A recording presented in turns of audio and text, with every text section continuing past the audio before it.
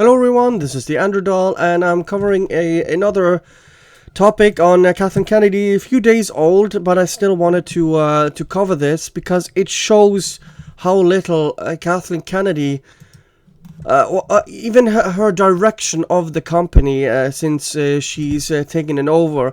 And we also have the former Darth Vader actor throwing shade at J.J. Abrams and Disney Star Wars. So Kathleen Kennedy said that there's no source material, we don't have comic books. Now, whose fault is that? You had the expanded universe, you had every opportunity to take the stories you wanted and continue with them, and continue with these stories throughout the new trilogy. But what you did was to discard them, spit fans in the face, and even ignore George Lucas with his script or his through line for the new trilogy. And you went with a Mary Sue and boring characters and plot. So let's listen to this. This is from Boning into Comics. Every one of these movies is a particularly hard nut to crack. Now, why is that? Why didn't you go to the source of the creation? Because you don't care. You wanted female representation. Like, there was none of this before you came into the picture. George Lucas, he never had any representation of female characters whatsoever before you came into the picture. None whatsoever. There's no source material. Yeah, no source material at all. Sorry, just have to take breaks in between takes because I start coughing. But yeah, there is no source material at all. We don't have comic books, we don't have 800-page novels, we don't have anything other than passionate storytellers who get together and talk about the next what the next iteration might be. Well, whose fault is this? And you have comic books, and you don't even care what's in them. You had Poe's comic book where he had jet troopers, and then you have this recent clip where you're suddenly surprised. You don't care. At some point in the process, this is Bob Iger, George told me that he had completed outlines for the 3 new movies. He agreed to send us 3 copies of the outlines, one for me, one for Alan Braverman, and one for Alan Horn, who had just been hired to run our studio. Alan Horn and I read George's outlines and decided we needed to buy them, though we made it clear in the purchase agreement that we would not be contractually obligated to adhere to the plotlines he'd laid out. Yeah, that's Kathleen Kennedy's fault and Bob Iger's fault, just to put that out there. That's just completely their fault. Their decision making is what has made Star Wars a diminished brand. Kennedy continued, we go through a really normal development process that everybody else does. You start by talking to filmmakers who you think exhibit the sensibilities you're looking for. Yeah, and Rian Johnson did that for you. Amazing. And I would argue that the list is very small. People who really do have the sensibilities about these kind of movies, and then the experience and the ability to handle how enormous of a job these movies are. You had Colin Trevorrow. He knew the characters in these movies, and you ignored him as well. Yeah. So we try to be as thoughtful as we possibly can about making these choices. Yeah, except you fired basically the co-directors of Solo, a Star Wars movie. How are we going to ignore that? You fired the Tran, and you who was supposed to direct the Boba Fett movie, and Gareth Edwards was also somehow fired from and Colin Trevorrow as well. So that's 5 directors. 4. I mean, they co-directed two of them, but that's basically 5 directors you've gone through. I would also like to argue that sometimes people get involved in the normal development process and then they realize, oh my god, this is so much more than I ever imagined. Yeah, why didn't you realize this with the Solo movie? How is that possible?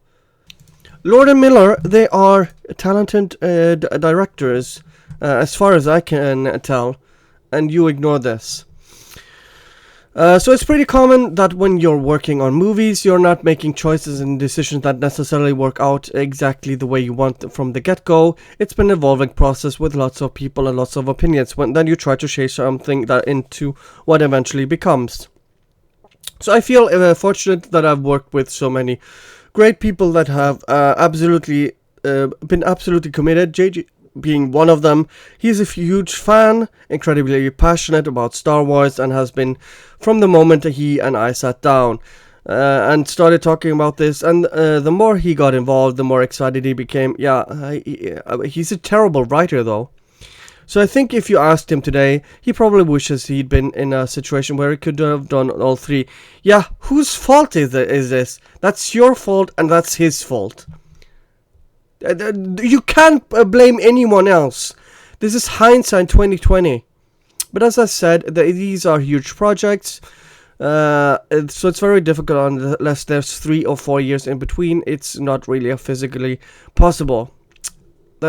Completely your own goddamn fault. Your own fault. And we have former Darth Vader actor C. Andrew Nilsson. That's through some shade at J.J. Abrams, and I'm gonna put this in the video, and you can read the article for yourself. But basically, showing a picture of the rise of Skywalker, basically drowning, and the mother taking care of the Mandalorian, and the mother being the fandom, which is. I would say it's a nice touch. It's funny because what people are really looking forward to within Star Wars is just the Mandalorian.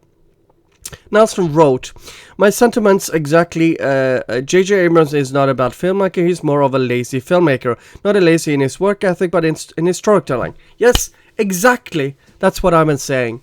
He relies far too heavily on mystery box concept of storytelling and the notion of mystery driving infinite possibilities.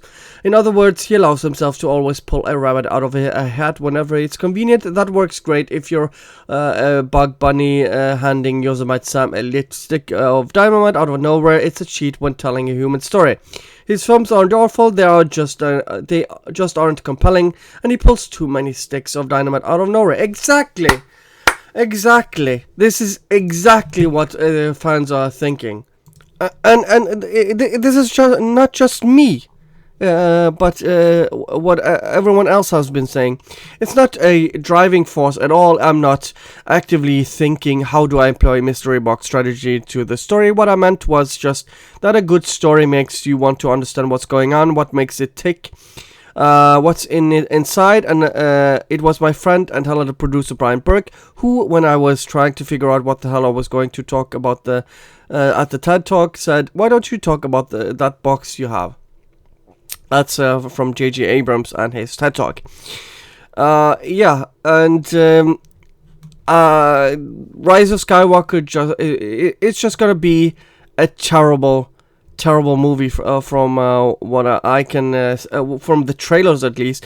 The basically from what I've seen for them, the fight, they're just basically bashing sticks at each other instead of actually fighting.